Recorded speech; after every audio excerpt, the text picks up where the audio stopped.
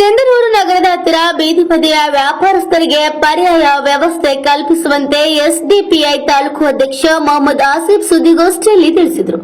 ಇತ್ತೀಚೆಗೆ ನಗರದಲ್ಲಿ ನಡೆದ ಹೆದ್ದಾರಿ ಅಗಲೀಕರಣ ಕಾರ್ಯದ ಭಾಗವಾಗಿ ರಸ್ತೆ ಪಕ್ಕದಲ್ಲಿನ ಸಣ್ಣ ಪುಟ್ಟ ಅಂಗಡಿಗಳ ತೆರವು ಕಾರ್ಯವು ಸಾವಿರಾರು ಬಡಜನರ ಜೀವನಕ್ಕೆ ಹಾನಿಯನ್ನುಂಟು ಮಾಡಿದೆ. ಕೇವಲ ಹಣ್ಣು ಹಂಪಲು ಹಾಗೂ ತರಕಾರಿ ವ್ಯಾಪಾರಸ್ಥರಿಗೆ ಮಾತ್ರ ವ್ಯವಸ್ಥೆ ಮಾಡಿ ಚಿಕ್ಕ ಪುಟ್ಟ ಹೋಟೆಲ್, ಪಂಚರ್ ಅಂಗಡಿ, ಗ್ಯಾರೇಜ್, ಹೂವಿನ ಅಂಗಡಿ, ಇನ್ನು ನೂರಾರು ವ್ಯಾಪಾರಸ್ಥರಿಗೆ ತಮ್ಮ ವ್ಯಾಪಾರವನ್ನ ಮುಂದುವರಿಸಲು ಯಾವುದೇ ಪರ್ಯಾಯ ವ್ಯವಸ್ಥೆ ಒದಗಿಸದೆ ಅವರ ಅಂಗಡಿಗಳನ್ನು ತೆರವುಗೊಳಿಸಲಾಗಿದೆ. ಆದ್ದರಿಂದ ಇವರು ಆರ್ಥಿಕ ಸಂಕಷ್ಟದಲ್ಲಿ ಸಿಲುಕೊಂಡಿದ್ದಾರೆ. ಸರ್ಕಾರ ತಕ್ಷಣವೇ ಬಡ ವ್ಯಾಪಾರಸ್ಥರಿಗೆ ಅಂಗಡಿಗಳನ್ನು ನಡೆಸಲು ಶಾಶ್ವತ ಸ್ಥಳಗಳನ್ನು ಒದಗಿಸಬೇಕು. ಜೊತೆಗೆ ಬಡ ಜನರ ಹಕ್ಕುಗಳನ್ನು ಗೌರವಿಸುವ ನಿಟ್ಟಿನಲ್ಲಿ ಸರ್ಕಾರದಿಂದ ತುರ್ತಾಗಿ ಸಮರ್ಪಕ ನಿರ್ಧಾರವನ್ನ ಕೈಗೊಳ್ಳಬೇಕಂತ ನಗರದ ಹತ್ತಿರ ಬೀದಿ ಬದಿಯ ವ್ಯಾಪಾರಸ್ಥರಿಗೆ ಪರ್ಯಾಯ ವ್ಯವಸ್ಥೆ ಕಲ್ಪಿಸದಿದ್ದರೆ ಮುಂದಿನ ದಿನಮಾನಗಳಲ್ಲಿ ಹೋರಾಟ ಹಮ್ಮಿಕೊಂಡು ಸಿಂಧನೂರು ಬಂದ್ಗೆ ಕರೆ ನೀಡಲಾಗುವುದಂತ ತಿಳಿಸಿದರು. ಈ ಸಂದರ್ಭದಲ್ಲಿ ಮೊಹಮ್ಮದ್ ಆಸಿಫ್ ಕುರೇಸಿ, ಸೈಯದ್ ಇರ್ಫಾನ್, ಯೂಸಫ್ ಅಣಗೆ ಸೇರಿದಂತೆ ಅನೇಕರು ಉಪಸ್ಥಿತರಿದ್ದರು. ವೆಂಕಟೇಶ್ ನಾಯಕ, NK-T4 ಬ್ಯೂರೋ ರಿಪೋರ್ಟ್, ರಾಯಚೂರು. ಇದು ಮಾನ್ಯ ಯಾವುದು ಬಂದಿತ್ತು, ಏನಿದೆ ಅಂದ್ರೆ ಮೇನ್ NH ನ್ಯಾಷನಲ್ ಹೈವೇ ಇಂದ 70 ಫೀಟ್ ಅಗಲೀಕರಣ ಇರಬೇಕು, ಪ್ಲಸ್ ಸ್ಟೇಟ್ ಹೈವೇಲಿಂದ 50 ಫೀಟ್ ಅಗಲೀಕರಣ ಇರಬೇಕಂತ ಒಂದು ಆದೇಶವನ್ನು ಜಾರಿ ಮಾಡಿದರು. ಅದ್ರ ಮೇಲೆ ಏನೈತಿ, ತಹಸೀಲ್ದಾರ್ ಸಾಹೇಬ್ರ ಆಗಿರ್ಬೋದು ಎಲ್ಲರೂ ಸೇರಿ ಒಂದು ಅಗಲೀಕರಣ ಮೇಲೆ ಏನೈತಿ ಎಲ್ಲ ಅಂಗಡಿ ಮುಂಗಟ್ಟುಗಳನ್ನ ಇದು ತೆರವು ಮಾಡಿದರು.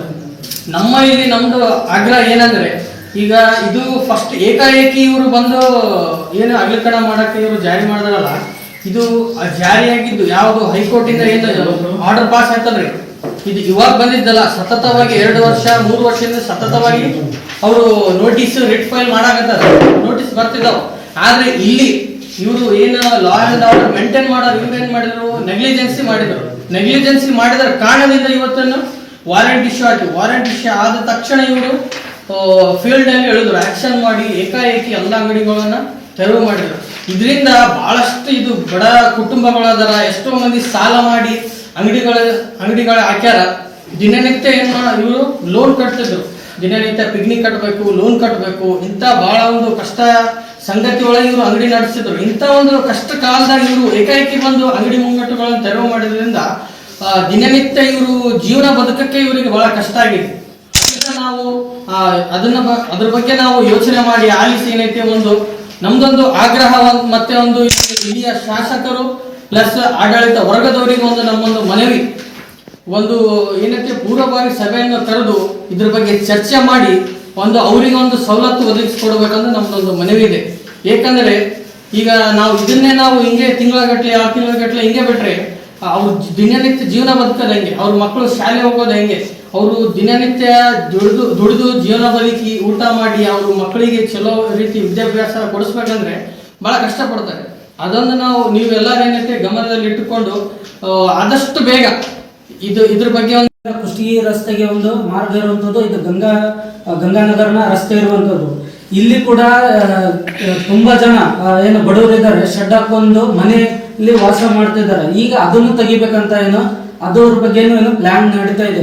ಒಂದ್ ವೇಳೆ ಇದನ್ನ ತೆಗಿಬೇಕಾದ್ರೆ ಅವರಿಗೆ ಪರ್ಮನೆಂಟ್ ಆದ ಒಂದು ಜಾಗನ ಕೊಡ್ಬೇಕು. ಅವ್ರನ್ನ ಯಾವುದೇ ಒಂದು ಜಾಗ ಕೊಡ್ಲಾರ್ದೆ ಅವ್ರಿಗೆ ತೆಗ್ಸಿದ್ರೆ ಆ ಬಡವ್ರ ಜನ ಎಲ್ಲಿ ಹೋಗ್ಬೇಕು? ಅದೇ ರೀತಿ ಸಿಂಧನೂರಿನ ಮುಖ್ಯ ರಸ್ತೆಯಲ್ಲಿ ಅಷ್ಟೇ ಅಲ್ಲ, ಪ್ರತಿಯೊಂದು ಚಿಕ್ಕ ಚಿಕ್ಕ ರೋಡ್ಗಳೆಲ್ಲ ತೆಗಿತಾ ಇದ್ದಾರೆ. ಜನತಾ ಬಜಾರ್ ಆಗಿರ್ಬೋದು ಹಾಗೂ ಬಡಿಬೇಸ್ ನಲ್ಲಿ ಕೂಡ ಆಗಿರ್ಬೋದು. ಆದ್ರೆ ಕೋರ್ಟ್ ನಿಂದ ಆರ್ಡರ್ ಬಂದಿರುವಂತದ್ದು ಮುಖ್ಯ ರಸ್ತೆಗೆ ಅಷ್ಟೇ ಅಂತ. ಇದು ಯಾಕೆ ತೆಗಿತಾ ಇದ್ದಾರೆ ಅಂತ ನಮ್ಗೆ ಗೊತ್ತಾಗ್ತಿಲ್ಲ. ಇದು ತೆಗೆಯೋದ್ರಿಂದ ಸಿಂಧನೂರಿನ ಎಷ್ಟೋ ಜನ ಬೀದಿ ಪಾಲಾಗುವಂತದ್ದು. ಬೆಳಗ್ಗೆಯಿಂದ ಸಾಯಂಕಾಲ ದುಡಿದ್ರೆ ಮಾತ್ರ ಅವರು ಜೀವನ ನಡೀತಾ ಇದೆ. ಅಂತವ್ರು ಅಷ್ಟೇ ಇಲ್ಲಿ ವಾಸ ಮಾಡ್ತಿರುವಂತದ್ದು.